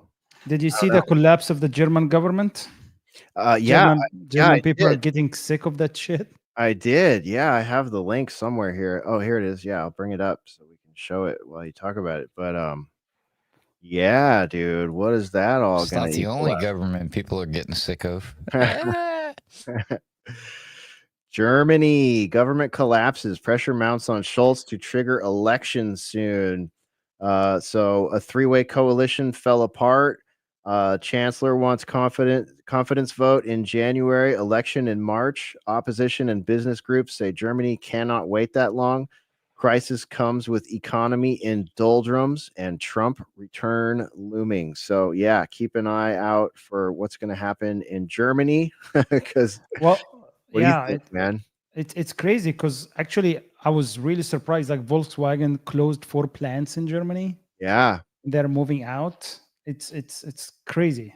They deindustrialized Germany, and US was a major beneficiary of this. And this treasonous Scholz allowed this to happen. And I don't think the German people are gonna let this go anymore. Well, we'll see. Yeah. They cucked them for too long, so I don't know if they are gonna be able to rise or not. Right. Yeah, man. Yeah, I mean, now that we've hit this point in the timeline here, what happens between now and November? When's inauguration? I mean, January. When's inauguration? January 20th or something like that? 20th. And then there's a few dates in December where states are certifying shit. Mm-hmm. Yep. But yeah, the inauguration date, January 20th. Yep. So is Trump going to hang out in his bunker? He doesn't have to stump. I don't know. I'm still debating whether to go or not. Maybe I will do a repeat of 2016. Who knows? All right. Well, that might be cool. I bailed out in 2020 at the last minute because I got a bad feeling about it. So I'll see how that one goes. Yeah, no, don't do it, bro. Don't do it because like there's FBI reports that Iran wants him assassinated, and if something does happen, I don't know, man. Good luck convincing Trump supporters you're one of them, my friend. He's got the hat. Come on, man. He can do it. We're going to send him in. He's got the hookah. We're send him in undercover. Oh, wait. Oops. Here is another one from Emmanuel Macron. Ah, yes. Oh, this guy. I remember him. Yeah, this. Yeah. All right, let's see what they're saying in France. Man, it's so good that news is going to be shifting to the entire world again and not just focused on the United States. I know, dude. Seriously. Au fond, moi je trouve que notre rôle ici au sein de l'Union européenne, c'est pas de commenter l'élection de Donald Trump, savoir si c'est bon ou pas bon. Il a été élu par le peuple américain et il va défendre l'intérêt des Américains. Et c'est légitime et c'est une bonne chose. La question, c'est est-ce que nous, on est prêt à défendre l'intérêt des Européens? C'est la seule question qui nous est posée. Et moi, je pense que c'est notre priorité. Et donc, ça ne doit être ni dans un transatlantisme qui serait naïf, ni dans la remise en cause de nos alliances, ni non plus dans un nationalisme étriqué qui ne nous permettrait pas de relever ce défi face à la Chine et aux États-Unis d'Amérique. Did you see that? Did you Et donc, see that c'est last un piece? moment de l'histoire pour nous. Yeah. What summarize? Nationalism. Yeah, summarize it for our audio listeners, man. Yeah. Basically, he was talking about, he's trying to spin it out that, hey, we shouldn't fall for like the narrow-minded nationalism movements, because that's not the benefit for Europe. Yeah. Tell that to Germany right now, dude. Yeah. And I truly believe the way they are doing right now, like once Trump start cutting the money out of Ukraine, Europe is just gonna, you will find more uprisings in some of the European countries. And Ukraine, that whole conflict is fizzling out now. I was watching Karine Jean-Pierre today, and one of the mass media cartel douches was asking her about the final, how much money can we get to Ukraine? Like, we need is there going to be does this affect the surge of money that Biden was talking about to Ukraine? And I'm just like, surge? We've been doing nothing but surging money to Ukraine. And what if Americans gotten over it? Well, we see the 500,000-600,000 dead Ukrainians. We see the Azov battalions doing their thing. We see all the, deep state ghouls and intelligence ghouls that set that up and are profiting from it. I mean, so that's going to, that'll be an easy one for Trump to tick off of that list of his. I think Ukraine, way easier than what's going on in the Middle East. What is that madness you just posted, Ruckus? Let's pull this one up. I have not seen that before. All right, what do we got here? Dreaded Politico.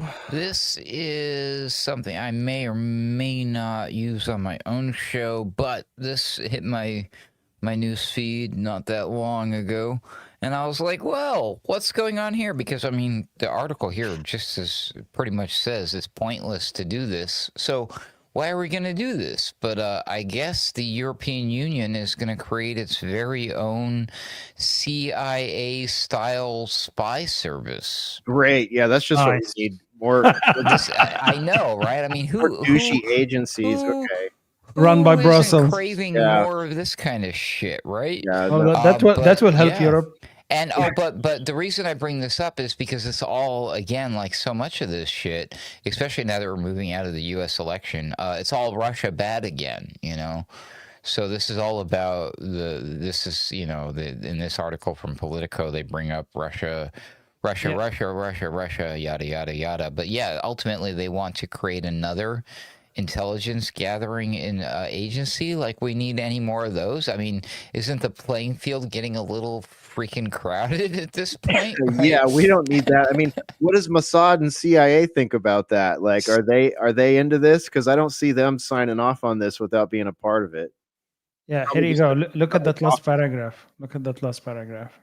Russian President Vladimir Putin has been waging war in Ukraine on the EU's eastern border for years now, and his operatives are active across the bloc, raising concerns about the ability of national agencies to predict malicious activity and influence. Well, maybe they won't have to worry about that so much if that conflict could just end. Yeah. Then scroll down like about 2 paragraphs and read the third one below this one. There you go. Numerous diplomats. Okay.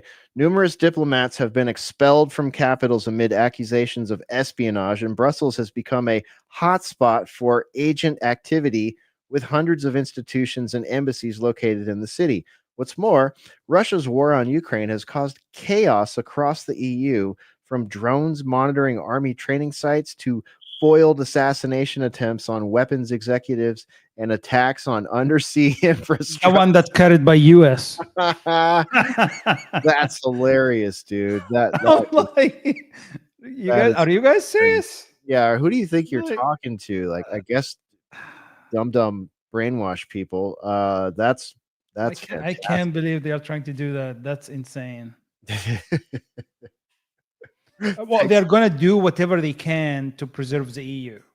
Yeah, to include letting NATO and other intelligence agencies blow up the Nord Stream pipeline and then forcibly sell Germany American LNG at higher prices, stuff like that. That's the kind of stuff they're willing to do to save the EU. Ugh. Asking for a friend. Someone riddle me That that. sounds like disinformation, sir. Russian. Uh-huh. Oh man, that's just funny. Yeah. And then Israel. Did you see what's happening in Israel? I bet Tell you us. didn't, because everybody's been distracted with Diddy. No, just kidding. Everybody's been distracted with the U.S. presidential election. They dismissed the Gallant dude, and I guess a bunch of the IDF soldiers, as well as a bunch of the families of the prisoners who have been receiving a bit of, let's just say, the short end of the stick. Too soon. Unfair treatment of prisoners, including like rape with with blunt instruments. Use your imagination, people.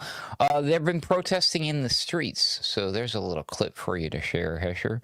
See how intense things have been getting. That the media is not really covering much, but I'm like, wow, this looks nice. This looks fun.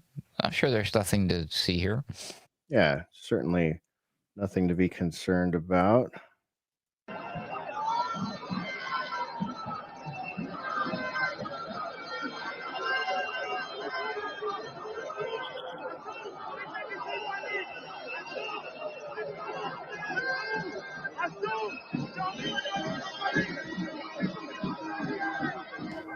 So basically, the punchline is that yes, even the people and the soldiers and lots of folks are not 100% all on board and agreement with one another, even in the state of Israel.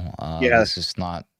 This happens everywhere, folks. This division thing and this clash and difference of ideas and opinions and politics and whatnot. So, yeah, I just thought that was interesting. Like to bring that up, because if this were to happen here in America, if I'm not mistaken, I mean, this would be all over the effing news. Like, oh look, people and dressed up and they're wearing face masks and they're probably racist or something, right? But like they do this like in other countries, in particular, our greatest ally in the Middle East, and it's like nothing, crickets. Yeah, yeah, like nothing to see here. Everything's fine in Israel. They're great. Let's send them a bunch of weapons so they can continue their genocide. I mean, war with Gaza. So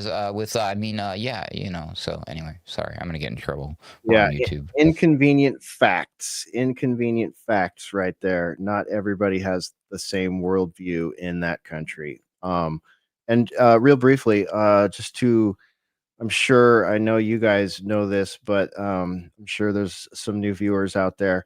If you're interested in what we're talking about, without us going into a deep dive here, with regards to the Nord Stream pipeline, do us a favor, do yourself a solid, and go to 21stcenturywire.com and search Freddie Ponton. There are several articles up there and interviews with Freddie.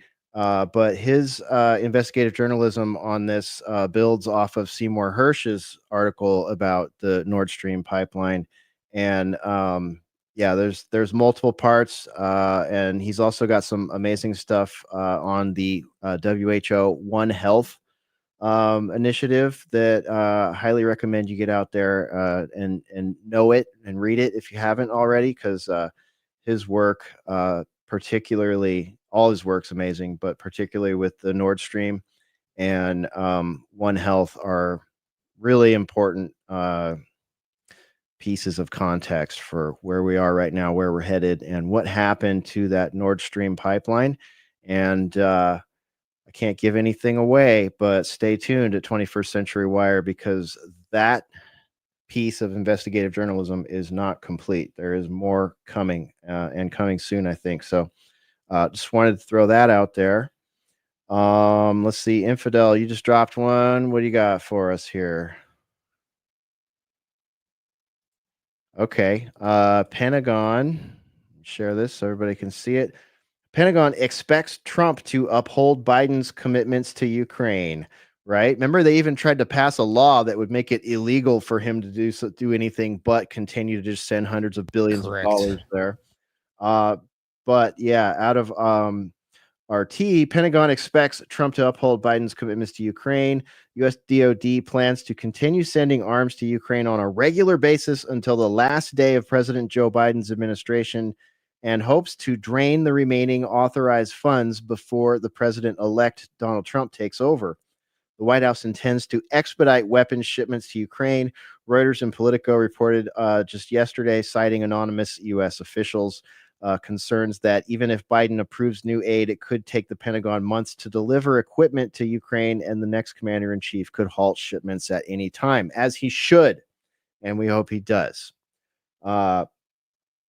That's why Jean-Pierre was talking about a surge of support right there, because it takes time to get these things off the ground and into the black hole where 70% of those dollars and munitions and everything disappear into we don't know where. The DoD has said as such.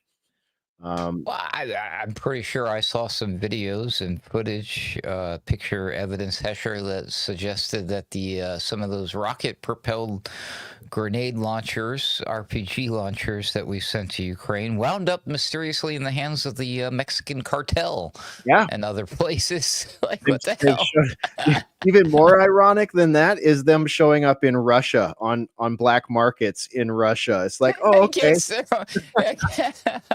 So, alrighty then.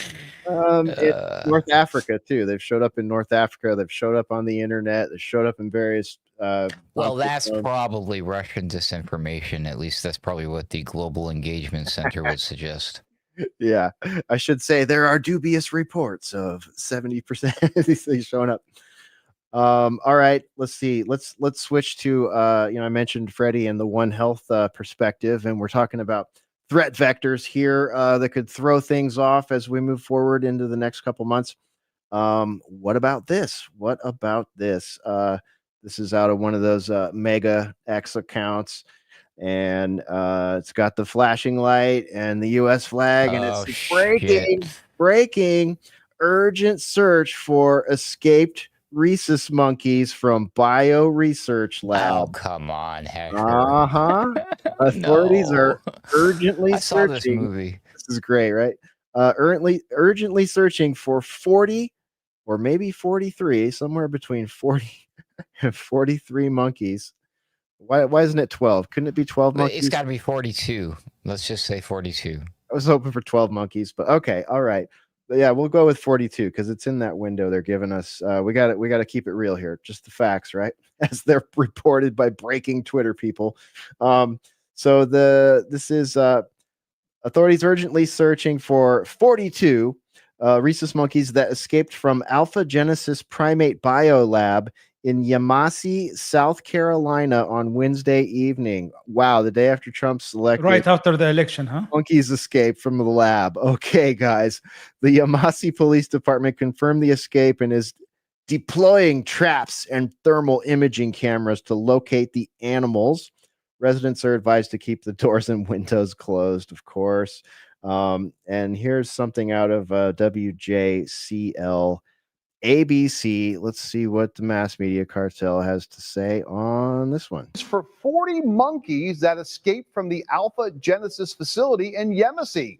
WJCL 22 News' Kyron Naveau live in the Low Country, keeping his head on a swivel with those primates on the run. And of course, this is a public safety alert. Kai, what is the latest on these missing monkeys? Well, Frank, good morning. So yeah, like you mentioned, 40 monkeys escaped from the Alpha Genesis facility.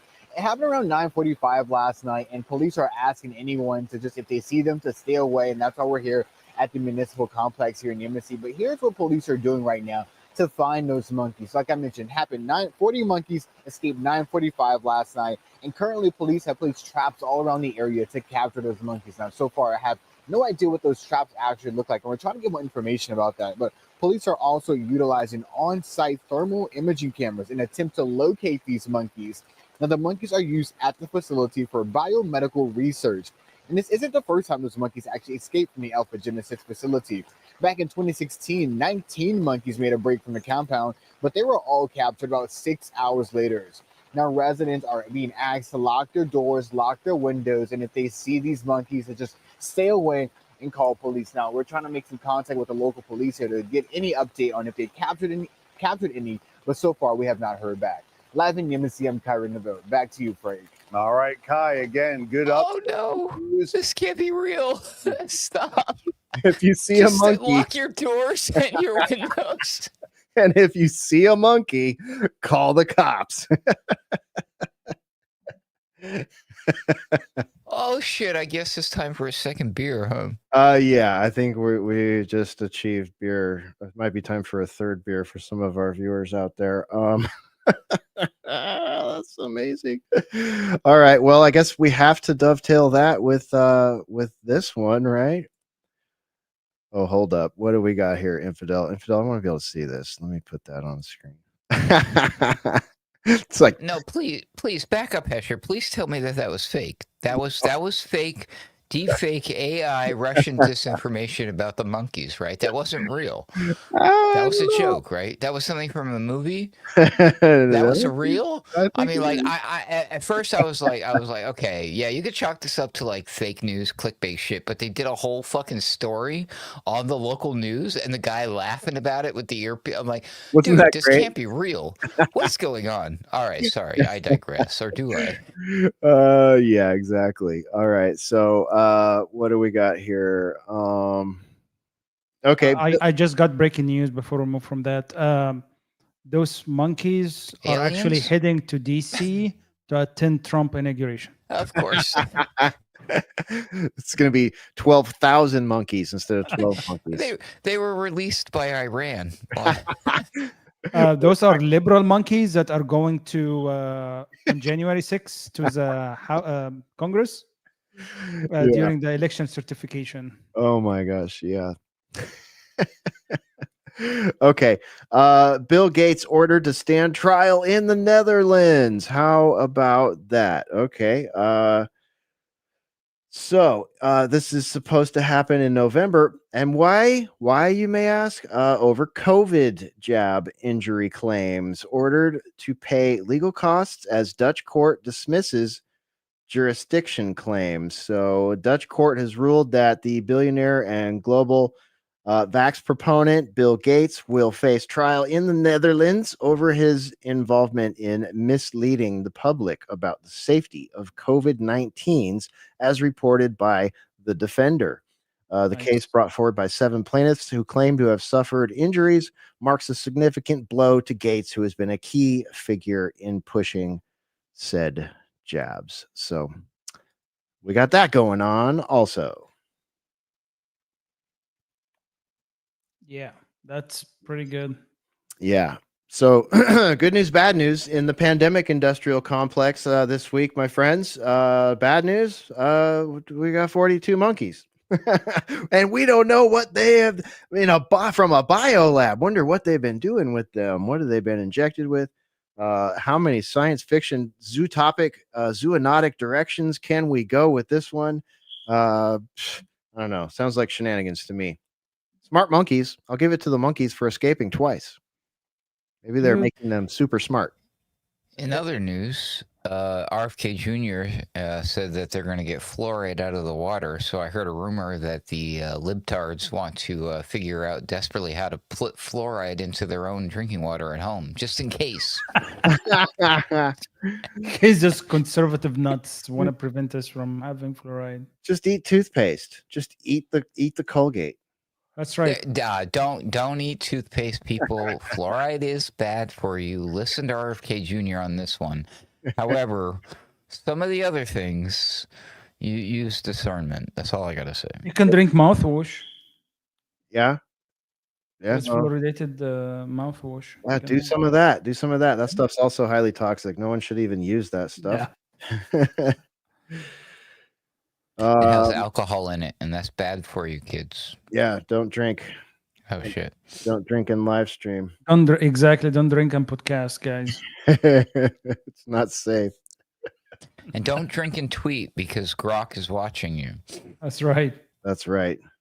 Don't feed the grok too much. It will grow. Okay. True story, by the way. Did you guys see? I'll stop my cam. That picture right there of Elon Musk as a half cyborg was made by Grok. Grok will let you do anything. It's one of those rare AIs. You can have it, ask it to make you an image of like any celebrity and do anything you want to it. Use your imagination, kids. I'm not telling you to go do that, but the thing is, like, what shocked me is, like, I thought the ultimate test was like, there's no fucking way Grok is going to let me make a bunch of images that are degrading to Elon Musk. And sure enough, it will let you do that. So I've now got a few images of Elon Musk as an android, Elon Musk as the Terminator from T-1000. The first try actually was they made him look like Elon Musk as though he was the Arnold Schwarzenegger. So they gave him like a scruffy beard and wearing the leather jacket. But I'm like, that's fucking funny, but not what I was going for. But yeah, so that's really weird. But I was like, why is Grok the only one that lets you do that? That's kind of strange. Like, so I wouldn't do too many weird things with Grok. I know there's some fans out there of some of the female politicians like AOC Whitebird. I got my eye on you. You better not. Talking to you. But yeah, it's going to get you in trouble because Grok is watching and storing everything that you do. And if Epstein and Diddy taught us anything, you should probably be careful what you're doing out there, folks. Yeah. Yeah. All right. I'm fresh out of rounds. Infidel, what about you, man? You got any other nuggets of internet beauty you want to share us, or anything you want to close out with? No. I think there is one tweet I want to share, though, that Elon Musk reshared today, so I'm gonna send it. All right. Oh, I hope it has some sort of like New World Order overtones hiding underneath it and it's esoteric and I can go, oh, see. All right, sorry. All right. Let's see here. So what do we got? We got Elon Musk boosting JD Vance, right? Yeah, so click on this one. So it starts the thread from the top. JD Vance post, if Vinod really believes AI is as dangerous as a nuclear weapon, why does ChatGPT have such an insane political bias? If you wanted to promote bipartisan efforts to regulate for safety, it's entirely counterproductive. Any moderate or conservative who goes along with this obvious effort to entrench insane left-wing businesses is a useful idiot. I'm not handing out favors to industrial scale DEI bullshit because tech people are complaining about safety. Yeah, so if you actually scroll up to the original tweet, that's like no, go click on the events, and then with your mouse scroll up. Oh, okay. There you go to the very one. Okay. Yeah. He posts, there are undoubtedly risks related to AI. One of the biggest, a partisan group of crazy people use AI to infect every part of the information economy with left-wing bias.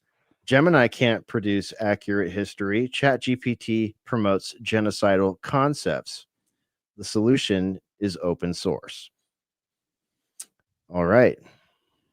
Well, that's one is for Ruckus right there. All right. That's I'm surprised he because I wouldn't be surprised that he said all that if he hadn't have put in the solution as open source, because he's right about that. Yep. Well, he says that, but he's and Musk today retweeted and said exactly right. Yeah, he did. But actually, by the way, Musk is one of the biggest skeptical people about AI. Is Grok open source though? I mean, that would put his money where his mouth is if Grok is open source. That's black box. Yeah, Grok is black box. Well, Elon, I think we've identified something here you might want to look at. He actually said before he's going to make the algorithm for Twitter public. Yeah, I remember. Public, yeah. I don't know if he did this or not. I don't think so. I mean, promises. I think it's still proprietary. Yeah. Yeah, well, he's not like I said, black box. Right? Yeah. Oh, you have to pay for it too. That's the other thing. So yeah, that's the other thing that's weird about Grok. It's like just by interacting with X, even if you don't have an X account, mind you. So that's how the world works in the internet. So let's assume you don't have an X account just by clicking on somebody's tweet that you followed and you want to check it out, because it'll let you do that. Yeah, that Grok is watching you. Yes, you, and your IP address and everything. So it's totally cool that Grok can spy on you and everybody and everything related to X. But if you want to interact and learn and do cool shit with Grok, you gotta cough up some money to do so. Yeah, you gotta pay. You gotta have the blue check mark and pay money every month in order to use Grok. It's in a beta. It's in a part 2 right now. Right now, it's letting me use something called Grok Mini 2 in a beta mode. Yeah, that's what I got Whatever too. the F that means. Yeah, I don't know. So, whatever. I just use it to mess around with graphics right now. I haven't tried anything else. For anything like serious that I really actually want to try to mess around with AI, I've been messing around with Microsoft lately. Microsoft's AI Copilot, because everything else has been completely disappointing. And in general, I think it's just, everything's broke. Everything's like, what? Okay, check this out. Like, I posted this earlier on my X account. This is actually a very good point to bring up, because I was like, wait a minute. Hold on. What the fuck is happening here? I was looking at an article for my next, I was doing some research for my daily Ruckus stuff, and I ran into Decrypt is the name of the website. They do cryptocurrency stuff, but they have like this whole news, like, you know how like these websites will have like a sister site or a sub site inside the site. So like inside Decrypt, they have something called Emerge, and I guess it's really focused on artificial intelligence, and it goes beyond just talking about artificial intelligence. It uses artificial intelligence to help it curate and run its website and its newsletter.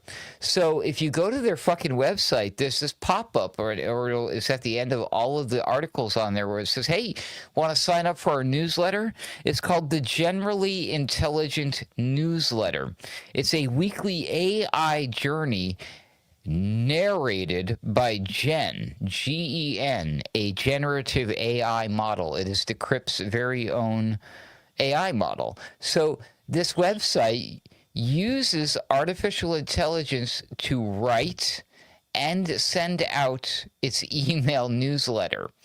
And then, you know, not that long ago, how many months ago, I got a notification on my phone that my phone now uses, it's got AI in it. And your computer has now got AI on it. So when you open up your email, I don't know, I'm just taking a wild guess here that there's some AI on the side of your email, which would mean, here's what I posted. So here we have one AI model, quote unquote, writing and emailing out newsletter content. And there is most likely another AI model on the receiver's end reading and, quote unquote, learning from it. How long before infinite feedback loop? Well, I think we're already there, people. Well, yeah, I mean, it's easy to fall into one, I'm sure. And there's definitely, I mean, they're packing the battle space. They're packing the information sphere with all these various AIs. And Computer, what is the answer? It's Star Trek. That's where we're headed, right? One source for one piece of information, right? I'll take the Star Trek computer over HAL 9000, but we shall see. HAL 9000. I tried to make I do have some images. I'm working on it. I'm going to have to help AI along with this one, but I'm working on some HAL 9000 Elon Musk pictures. Nice. Yeah. All right, that's going to be great. All right, you guys. Well, let's shut it down, man. It's been fantastic. I'll go to you, Infidel. Save rounds, final thoughts, and we'll shut this boiler room down. Over to you. No, I think we're at 1 hour and 58. All right. I think by the time we shut it, will be 2+. Yeah. No, I'm good. Thanks, man. It was a good show, and let's keep fighting for America. That's all I'm gonna say. For the future of our kids, grandkids, and future of our nation. Indeed, my friend. Indeed. Thanks for being here, Infidel Pharaoh. We'll see you next time. Thanks. Peace. There he goes. Infidel Pharaoh is out of here. Ruckus, you're next. Save rounds, final thoughts. Over to you. Oh, shit. I don't know. I've just got a lot on my mind about this whole presidential election. I think I've spoken my piece, and I'm going to speak more. Like I said, tomorrow there will probably, most definitely, 99.99% sure I'm going to have a new Daily Ruckus. Part 5. Willing. Part 5. Part 5. Can you believe that? In my Disinfo series. And as such, I guess it's... the theme on this one is it's really going to dig into the roots of the evil, the root of the problem, as it were. I might have given away too much already, but yeah, no, this disinformation shit ain't going away just because the elections are over. There is certainly a grand agenda afoot. This war for information is a big one. It's a lucrative one, as I alluded to here on the Boiler Room as well, because war is profitable. And again, just because it's not kinetic doesn't mean that the war against free speech, yes, they want to shut us up. Yes, they want to control us, but they're going to make a bunch of money doing so in the process. Am I right, Hesher? Why wouldn't they? That's what they do. And when you're the world's richest person and you own X, I can't possibly imagine that he's doing that 100% out of the goodness of his heart, or if there might be some sort of monetary motivation behind it. So we're going to explore some of those things and much, much, much, much more on the next episode of the Daily Ruckus, so stay tuned for that. And thanks for having me, Hesher. This has been a blast. I don't really have like a closing quote, I don't think. I'll leave it with this one. I hope for nothing, I fear nothing, I am free. May God bless each and every one of you, and may God save this republic. Ruckus out. All right. Thanks, Ruckus. Tune in to the Daily Ruckus tomorrow. And if you've missed any in his Disinfo Wars series, you can find it at alternatecurrentradio.com. If you want to support us, we got a store over there. We got donate links. We got all that good stuff. We appreciate and need your support. Viewer support, listener support is much appreciated.